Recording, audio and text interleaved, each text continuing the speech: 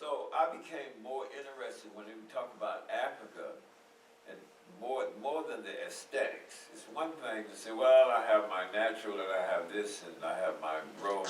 That was a need to identify with your past in the positive aspects for our culture as a people and a human, and any human group is going to do that.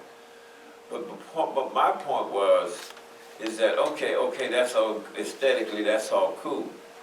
I'm interested in the mental resources and the bowels of the earth and how black folks can harness and control their political lives and market this stuff to the world and develop a profound, high, heavy standard of living. That's what interested me. So I was getting this world view in this period before I ever started the Black Panther Party.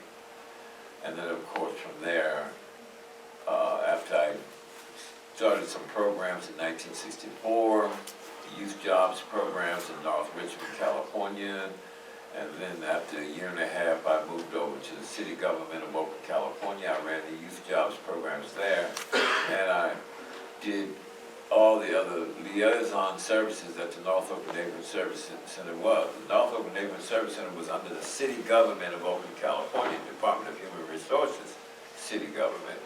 So I was working for the city government at this time, and that is the period when I was working there in 1965, 66, that I started the Black Panther Party. And I heard and listened a year or so before Malcolm was ever killed, his Ballad of the Bullet.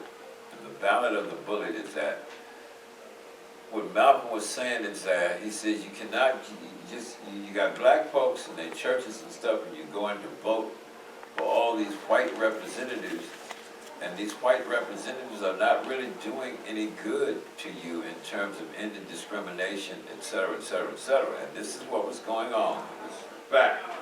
So my point is that, okay, we have a problem, and this is where I came from starting the party, that we don't have enough black politicians. We don't have enough people of color tough politicians. This is the whole thing. This was the whole thing of where I was coming from.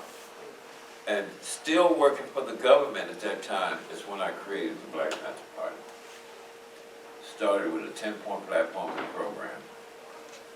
You know, at one point we wanted decent house, and another point we wanted full employment, and another point we wanted good education that also taught us about African American history. Point number 6, we wanted all black men and women to be exempt from any military service to fight in the war in Vietnam, because this country is not recognizing our Constitution, democratic, civil-human rights. And, you know, based on Dr. Howard Ivacker's book, you know, I talked about that.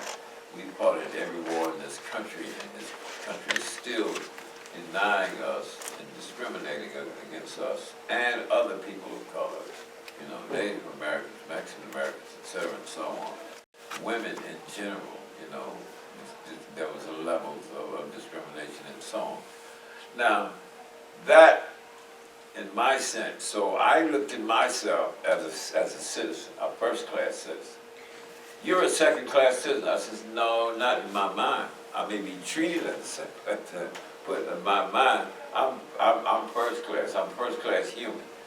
And I look at all other human beings as first class. You know what I mean? Anybody discriminating against somebody, women, males, who are served, you're supposed to look at yourself as a first-class human being, because we are, our humanity, our Homo sapien evolved humanity, crossing all ethnicities, religious and cultural, whatever, behavior, boom, boom, boom. We are this humanity on earth, and we are we're not going to be 7 billion now. When I started in 1950s, there were only 4.5 billion people on the face of the earth. It is now at 7 billion people on the face of this, our humanity. You know, so